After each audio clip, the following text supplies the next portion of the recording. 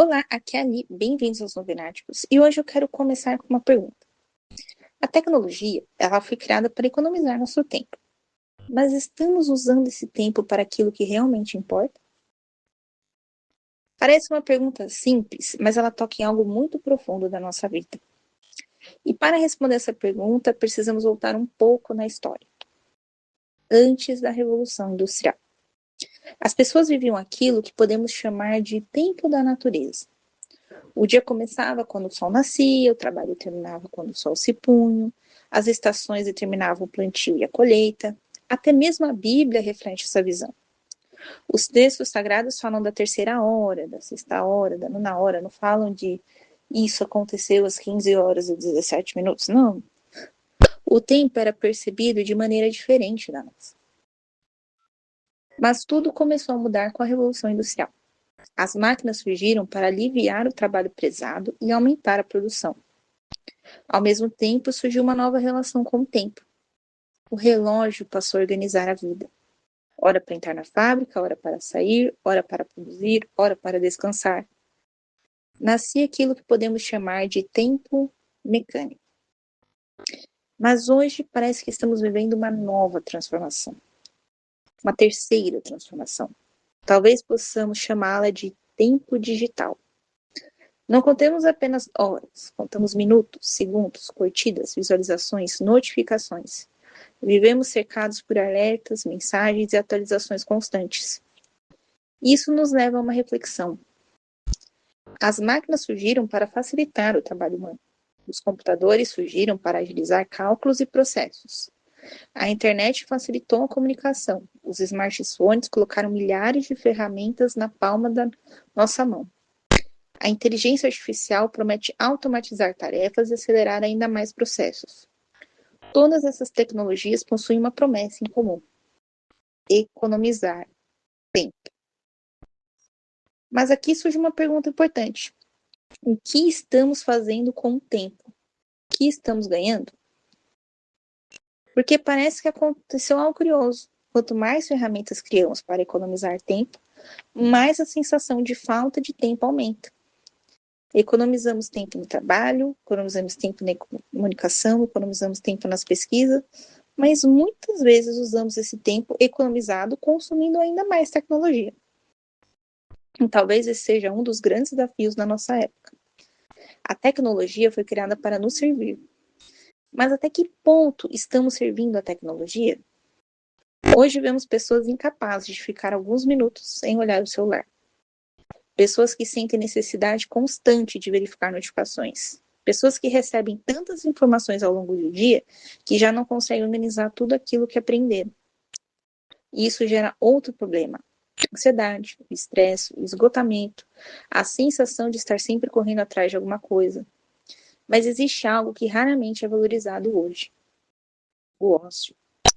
Quando eu estou falando de preguiça, estou falando daquele tempo necessário para pensar, para contemplar, para refletir, para simplesmente observar. Muitas das grandes descobertas da humanidade nasceram em momentos de reflexão. O ser humano não foi criado para produzir sem parar. O cérebro precisa de pausas, precisa de silêncio, precisa de momentos em que aparentemente não está fazendo nada. Porque é justamente nesses momentos que muitas vezes surgem as melhores ideias. Isso vale também para a vida espiritual. Não basta consumir conteúdo religioso o dia inteiro. É preciso rezar, é preciso silenciar, é preciso escutar Deus.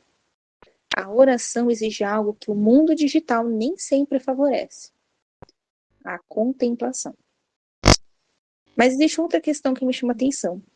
Quando olhamos para o futuro, vemos cada vez mais tecnologias assumindo tarefas repetitivas.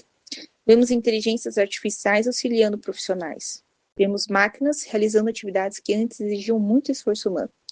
E isso nos leva novamente à mesma pergunta: o que faremos com o tempo que essas tecnologias nos devolverão? Porque existem coisas que não podem ser terceirizadas. Não podemos terceirizar uma amizade, não podemos terceirizar o amor, não podemos terceirizar a educação dos filhos, não podemos terceirizar a convivência familiar, não podemos terceirizar a nossa vida espiritual. A tecnologia pode ajudar, mas ela não substitui aquilo que é profundamente humano. Talvez o futuro não precise apenas de pessoas mais produtivas. Talvez o futuro precise de pessoas mais presentes. Presentes para a família, presentes para os amigos, presentes para a comunidade, presentes para Deus. E é aqui que eu quero voltar para algo muito importante. Quando Jesus conta a parábola dos talentos, ele nos ensina que aquilo que recebemos de Deus não deve ser enterrado.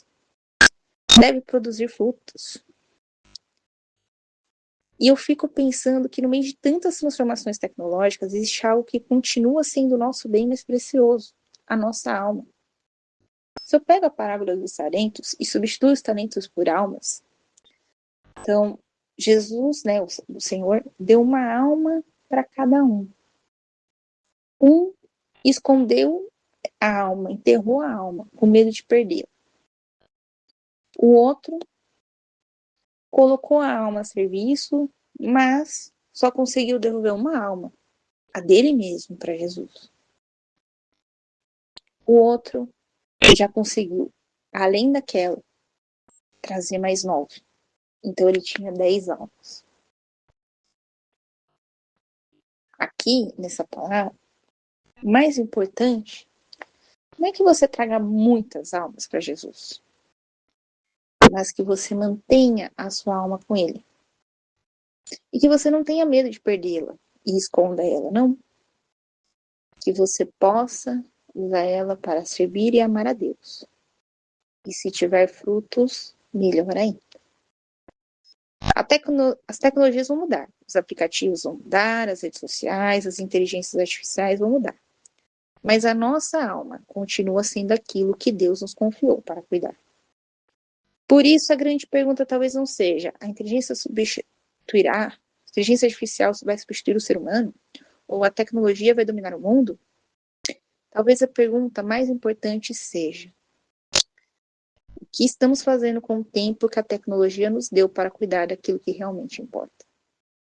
Porque no final das contas, a tecnologia deveria nos ajudar a sermos mais humanos, mais presentes, mais atentos, mais capazes de amar, mais capazes de servir e mais capazes de caminhar para Deus.